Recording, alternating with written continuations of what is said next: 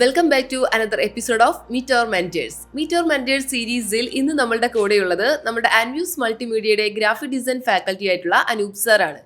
High sir, welcome. Sir, എത്ര വർഷമായി ഈ ഒരു ഫീൽഡിലേക്ക് വന്നിട്ട്? അപ്പോൾ എൻ്റെ ജേണി ഞാൻ സ്റ്റാർട്ട് ചെയ്യണത് 2019 ഒരു കോർപ്പറേറ്റ് ഫേമിൽ വെച്ചിട്ടാണ്. 5 years ആയിട്ട് അവിടെ വർക്ക് ചെയ്തിട്ടുണ്ടായിരുന്നു. അപ്പോൾ അവിടെ 3D മോഡലിംഗ് ആൻഡ് ടെക്സ്ചറിങ്, അപ്പോൾ അതിനെ സപ്പോർട്ട് ചെയ്യുന്ന രീതിയിൽ ഇതുപോലെ ഗ്രാഫിക് ഡിസൈനിങ് കൺസൾട്ടൻസി, അതുപോലെ ഫോറിൻ ക്ലയൻസ് ആയിരുന്നു അവിടെ ഉള്ളത്, ജർമ്മൻ കമ്പനി ആയിരുന്നു.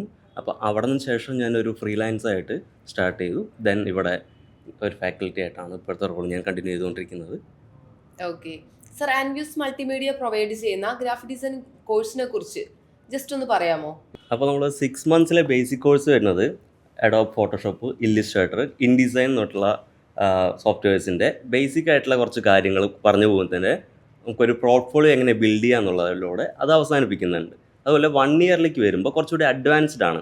അതിൽ നമുക്ക് ഇതുപോലെ ഇപ്പോൾ ഉള്ള ട്രെൻഡിങ്ങിൽ നിൽക്കുന്ന AI ടൂൾസ്, ക്യാൻവ പോലുള്ള AI ടൂൾസും, ഫിഗ്മ അതുപോലുള്ള UX-ൻ്റെ ബേസിക് ആയിട്ടുള്ള കാര്യങ്ങളും 3Dയിലേക്ക് ഇത് കടക്കുമ്പോൾ എങ്ങനെയാണ് ഇത് പോയിക്കൊണ്ടിരിക്കുന്നത്, ഇപ്പോഴത്തെ ഒരു ഫിലിം പോസ്റ്റേഴ്സിനെയൊക്കെ എങ്ങനെ 3D ഇതിനെ സ്വാധീനിക്കുന്നു, ബ്ലെൻഡർ പോലുള്ള സോഫ്റ്റ്വെയർസിൽ 3D ചെയ്യുമ്പോൾ അതിനായിട്ടുള്ള ബേസിക് കാര്യങ്ങൾ, VFX-ലേക്ക് വരുമ്പോൾ അതിൻ്റെ അസറ്റുകൾ അല്ലെങ്കിൽ എൻവിറോൺമെൻറ്റ് എങ്ങനെ സെറ്റ് ചെയ്യുക എന്നുള്ള കാര്യങ്ങളൊക്കെയാണ് ഇപ്പോൾ അഡ്വാൻസ്ഡ് ആയിട്ടുള്ള 1 year കോഴ്സിലേക്ക് നമ്മളിപ്പോൾ പ്രൊവൈഡ് ചെയ്തുകൊണ്ടിരിക്കുന്നത് ഇവിടെ ആൻവ്യൂസിൽ.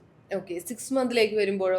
അപ്പോൾ നമ്മൾ 6 months കോഴ്സിൽ വരുമ്പോൾ നമ്മൾ ഫോട്ടോഷോപ്പിൽ ഒരു ലോഗോ ക്രിയേഷനാണ് നമ്മൾ ആദ്യമായിട്ട് കൊടുക്കുന്നത്. അപ്പോൾ ഇത് സെയിം ഇതേപോലെ ഇല്ലുസ്ട്രേറ്ററിലും തുടങ്ങും നമ്മൾ ലോഗോ, സെയിം അതേപോലെ തന്നെ ഫ്ലയേഴ്സിലും. പക്ഷേ രണ്ടും നമ്മൾ വ്യത്യാസം എന്ന് വെച്ച് കഴിഞ്ഞാൽ വെക്ടേഴ്സിലും ഇത് റാസ്റ്റേഴ്സിലുമാണ്, അതായത് പിക്സലിലുമാണ്.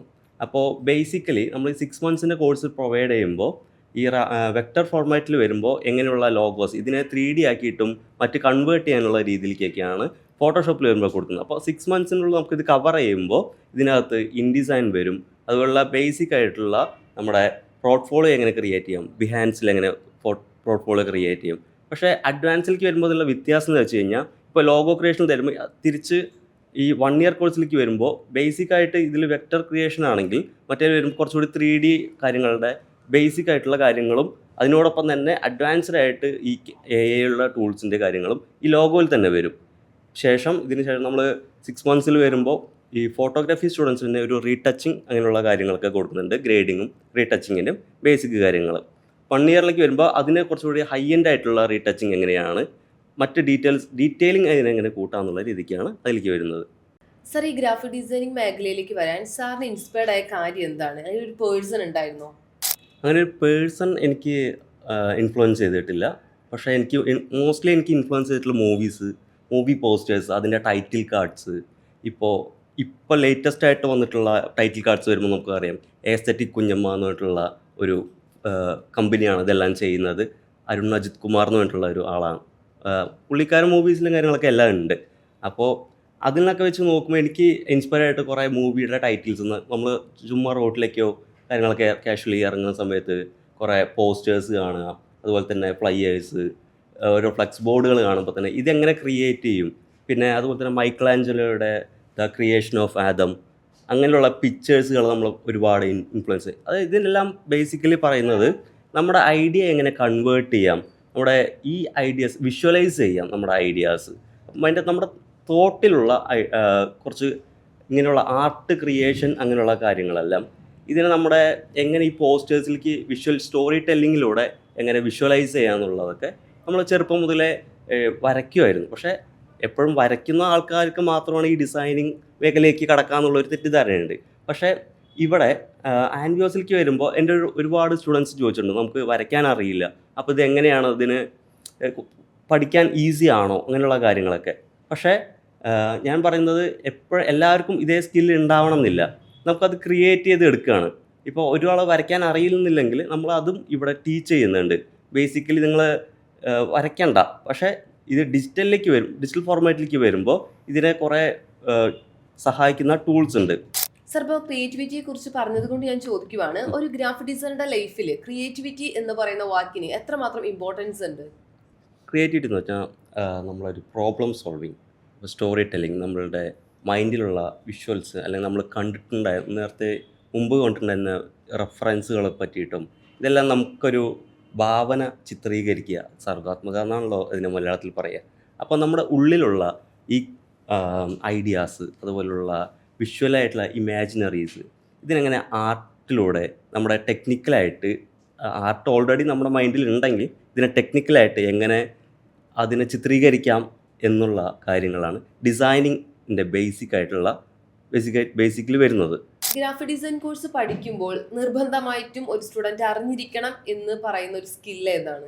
അങ്ങനെ ഇതിപ്പോൾ നിർബന്ധമായിട്ട് ഇന്ന സ്കില്ല് തന്നെ അറിഞ്ഞിരിക്കണം എന്ന് ഇല്ല. ആക്ച്വലി ഗ്രാഫിക് ഡിസൈൻ എന്ന് വെച്ച് കഴിഞ്ഞാൽ നമ്മുടെ പാഷൻ.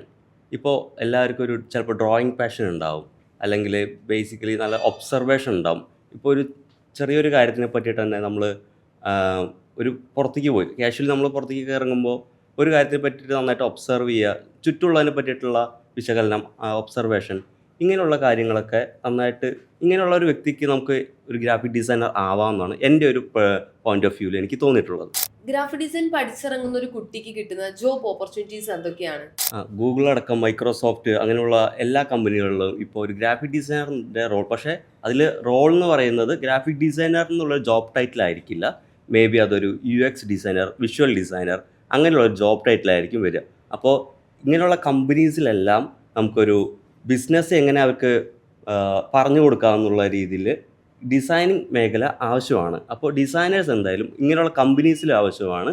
അതുപോലെ ഈ മീഡിയ ഏജൻസികളിലും പ്രിൻറ്റിങ് പബ്ലിക്കേഷൻസിലും ഈ ഡിസൈനർ എന്തായാലും ആവശ്യമാണ്. ഒരു ഗ്രാഫിക് ഡിസൈനറുടെ ഒരു കരിയർ ലൈഫിൽ ഒരു പോർട്ട്ഫോളിയോ ബിൽഡ് ചെയ്യുന്നതിന്റെ ഇമ്പോർട്ടൻസ് എന്തൊക്കെയാണ്?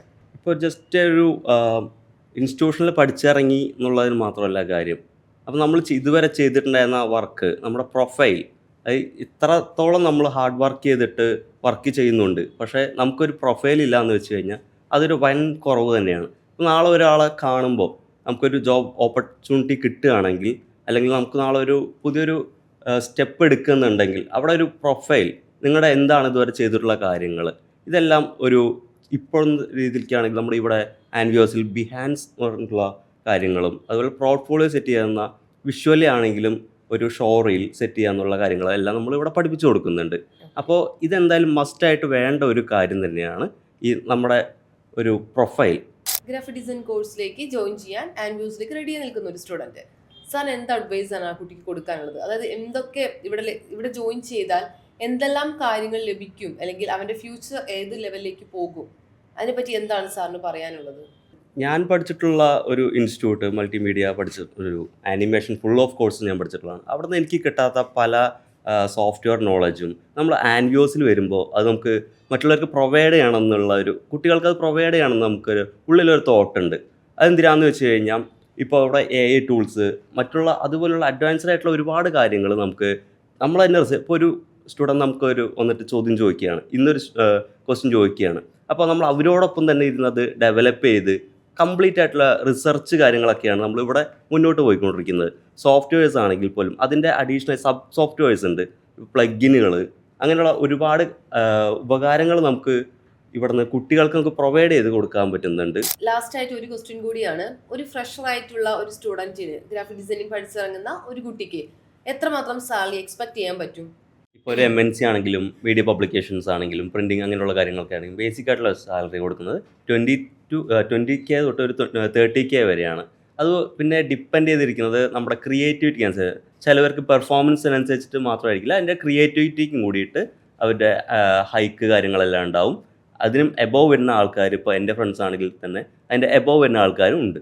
Okay sir, thank you so much for your valuable time. Most welcome.